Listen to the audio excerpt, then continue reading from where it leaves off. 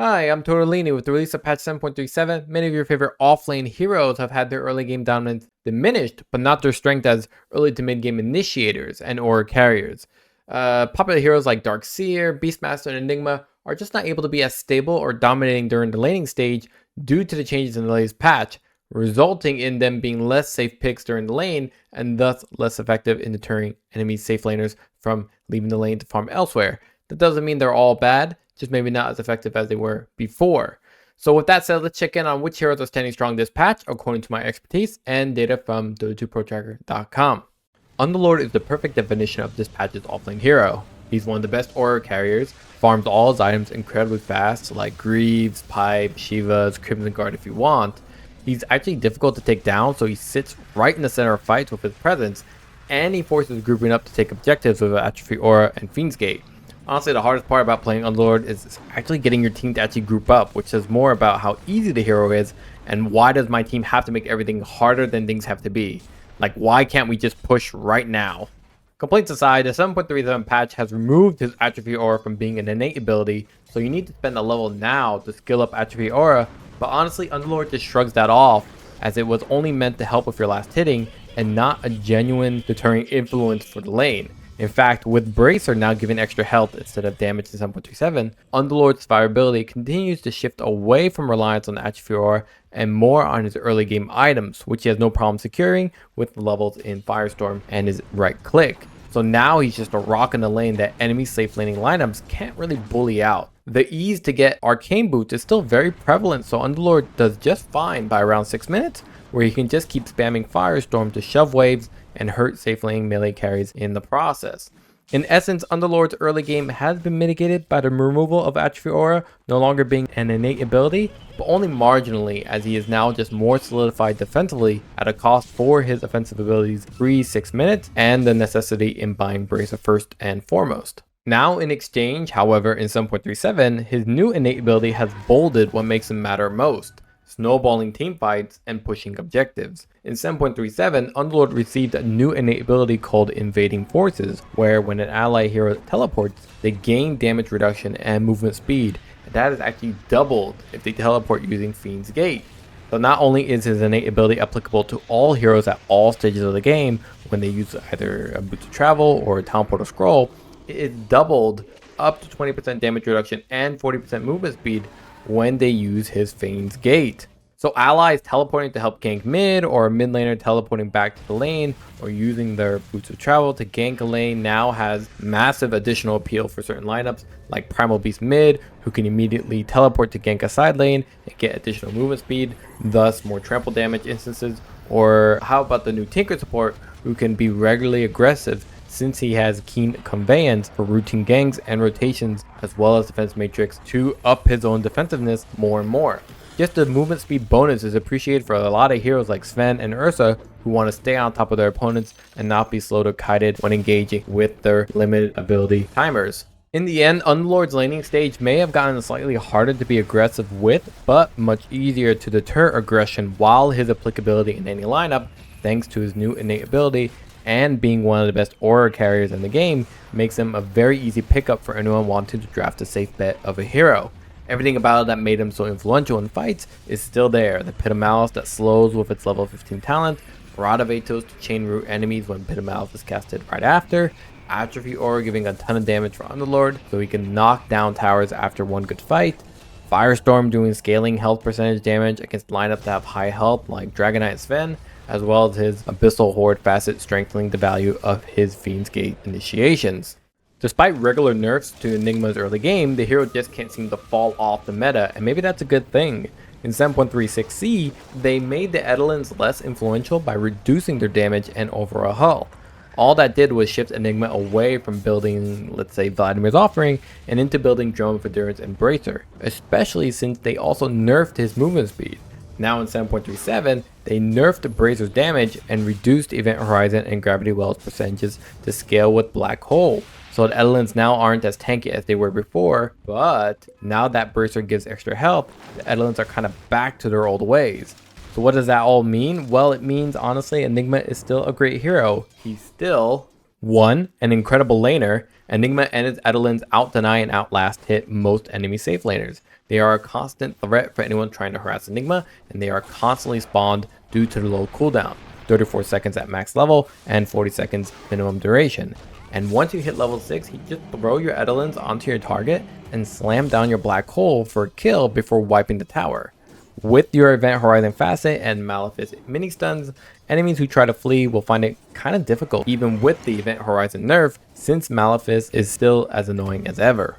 Now number 2, a comfortable farmer. Both Darkseer and Enigma love to split push farm with Iron Shell and Edelins, for Enigma especially given how long these Edelins last, with the ability to summon more. On top of Enigma's level 10 talent, you can literally farm ancient camps as a group or send your Edelins on their merry way down the lane while you hunt for a kill. Lastly, number 3, he is the best team fighter, the end all be all of ultimate abilities, his black hole. Enigma isn't about the one who is starting fights, he's actually initiating when your team fights back, and that is why the hero is a concern at all points of the game. Your team can be comfortable pushing objectives with your Edelins, and the moment the enemy tries to respond, you counter with a black hole. The kill threat potential of black hole just appearing is kind of a big fear and a concern for enemy lineups on how they engage your team. Enigma's black hole has always been a match defining ultimate ability, akin to, let's say, a Faceless Void's Chronosphere or Earthshaker's Echo Slam, and it continues to be in this meta as matches try to finish before the true late game period starts. What's more is that Enigma continues to be a great aura carrier both for his Edelins but also because of his nearness to the team, so don't hesitate to build, Guardian Greaves so you can dispel silences, or you can go Pipe of Insight if the enemy lineup calls for it. If the game does go uber late, unfortunately, and these long-lasting enemy carries like versus Ursa or Dragonite are that problematic, you can think about Enigma's black hole with the Ag Scepter upgrade, as that should deal a percentage of max health as damage. Same with his underrated Midnight Pulse, which does a percentage of an enemy's current health as damage. So combined, it's just an absolute nightmare for a lot of these carries. Hey, by the way, need help with your game? Check me out live on Twitch, where I regularly answer your questions daily while testing all your favorite hero builds. If you love the channel and want to see more videos, please like and subscribe. Over 83% of my audience last month were from drive-by viewers, and you could be part of the cool 17% who are subscribed. Finally happened, Visage is meta, and oh yes he is. Despite how few players can actually play the hero, his latest facet addition in 7.37, Death Toll, has skyrocketed the hero to popularity and revives the essence of what an offlaner is and wants to be. All Death Toll does is refocus Visage away from Grave Chill, which was your primary approach throughout the laning stage, and mid-game, as it served as a way for you and your familiars to harass the lane, farm jungle camps, and close the gap on enemies. Now your focus is all on Soul Assumption, which doesn't have the best scaling, but with Death Toll, each level you skill into Soul Assumption means higher payout in gold for the hero kills. So now your initiation of Grave Chill is not your damage output, but rather a vehicle to max out Soul Assumption to then nuke enemies to death with the familiar's damage attached to it. Combine this with Visage's new innate ability, Lurker, and you have a huge snowballing hero that can initiate on enemies with Grave Chill and its familiar Stone Form Stun, deal massive damage on a 4-second cooldown from over 1,000 range, and the Lurker innate ability makes it so there's benefit in cooldown reduction for moments where you are not engaging on a fight, or rather, no one's engaging on you during a fight. Visage post-laning stage, whether as a mid laner or offlaner, was to regularly rotate for kills and snowball with stronger items. Now it seems the developers are leaning hard on this to make that ganking nature of Visage something you can capitalize on to eventually become this team fighting aura carrier that can nuke from afar, as Visage's combat items are things like Vladimir's Offering, both for the mana regen but also the damage amplification that is based on your base damage output, which Visage has a lot of since he is a universal attribute hero.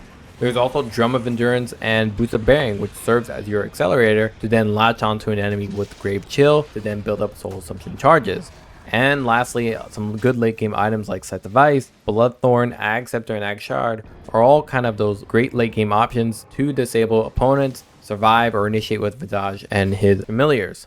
Lastly, I do want to mention Pipe of Insight and AC, which work in tandem with your Gravekeeper's Cloak passive. And if you don't understand how Gravekeeper's Cloak works, essentially think of it like an all damage shield blocker.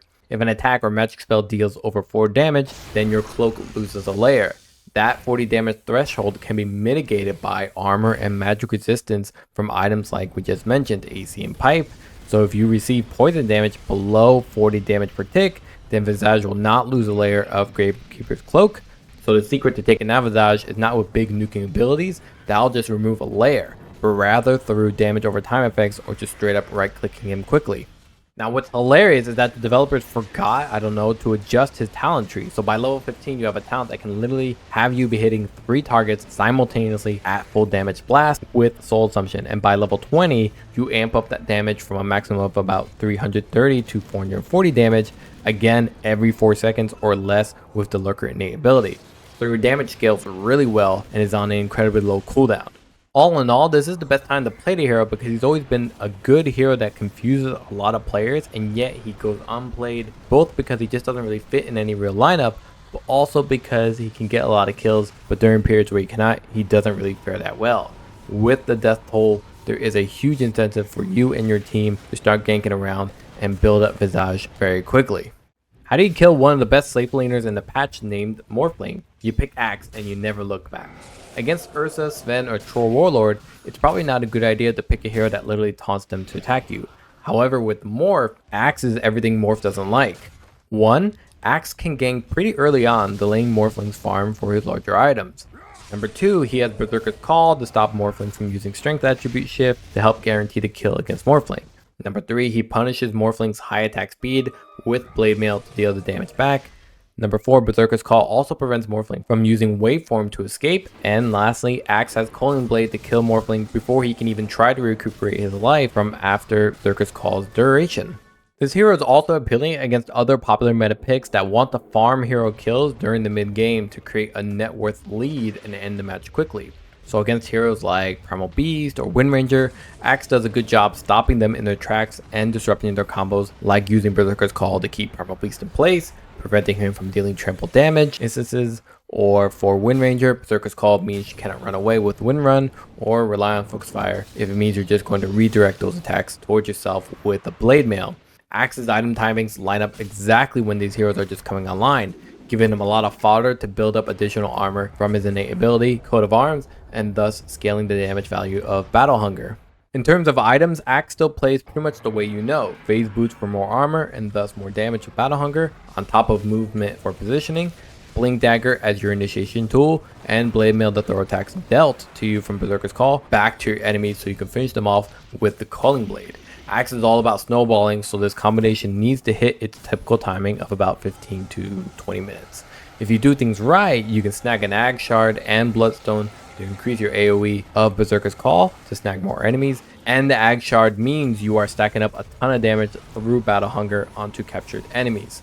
So under the right enemy draft, Axe can be the go-to lead your team into a very comfortable mid-game, and with the change to Bracer in 7.37, Axe becomes a much more comfortable laner in the offlane with a lot more survivability, and thus more room to take damage and deal it back with Counter Helix. The Cone Man prevails. If Enigma is in this game, so must Darkseer, as he is still everything we've talked about in the past. An easy laner, one of the best team fighters, and comfortable aura carrier. This hero is kind of your Swiss Army knife of item holder, as he can be as active or as passive as you want him to be. Now in 7.37, they did try to bring down his overall free stats from his innate ability, Mental Fortitude, which is now giving you intelligence on the average of your strength and agility, rather just straight up matching your stats equally. Not to mention that they reduced his base strength down from 22 to 20, so he starts out a bit more susceptible to damage or even being killed. However, that really hasn't changed the hero all that much. He still lanes the same. Bracer for the free intelligence into Arcane Boots or Infinite Ion Shells and just push the wave in. You basically have this tanky, strength-built, universal attribute damaging hero that can use Ion Shell both to punish melee safe laners from harassing him, but also as a way to guarantee last hits for easy farm, all the while buffing his intelligence and thus his damage, because more stats on top of his increased mana pool and mana regen. And the rest of Darkseer hasn't really changed. Like I said, he's still a great initiator with Vacuum and Wall of Replica. He still buys a lot of great team fighting items like Greaves, Pipe of Insight, Crimson Guard, even an Ag Scepter to stun and disrupt key targets like an Ursa or Sven. Don't forget that Ion Shell has a lot of value both to split farm lanes you can't go in safely to, while also very useful in fights as enemies who last a long time, like again Ursa or how about Dragonite this time, are taking continuous damage from your damage per second spell. In short, as long as the meta continues to push the Death Ball lineup with Sven, Ursa, Underlord, Primal Beast, The more Darkseer continues to land these perfect 5-man vacuums and create a forced orgy between the enemy team and their illusions from your wall of replica. So honestly, start knowing this hero. I have a feeling he'll be in the meta for a long time, even from now. In terms of honorable mentions, I want to mention the growing popularity of Primal Beast, Mars as heroes that are about initiation and setup. When you see these two heroes grow in popularity, focus less on what makes them so good and more about who they're enabling or disabling with their presence. Mars still has a really good setup that isolates key targets entirely in the mid game to guarantee your team can force team fights to be 4v5, whereas, Primal Beast comes with a lot to offer. An ultimate ability, Pulverize, that holds enemies in place to be killed, strong proactivity mid game, and a flexible item build to match enemies' damage, whether with Eternal Shroud, Blade Mail, Black King Bar, or even building an Ag Scepter for the break to impede like Dragonite's and Sven's passive ability, Worm's Wrath, and Great Cleave. But the hero I really want to mention is Timbersaw. The hero is a product of the meta where a lot of core heroes who are strength-based or attribute-based are currently dominating the scene. So heroes like Dragonite and Sven are countered by Timbersaw in the early game because they rely on their strength attribute for damage and health, in which Timbersaw responds with Whirling Death and its 13% stat loss. Morphling, same thing, gets instantly nuked when caught by Timbersaw, and Whirling Death just obliterates its health so far. All this, and they buffed Timbersaw's Shredded facet, so now he slows for a full second after initiating with Timber Chain in 7.37. Okie dokie, so that's Offlaners. Stay tuned for Pause 5 supports next, and let me know in the comments who you've been winning with this patch.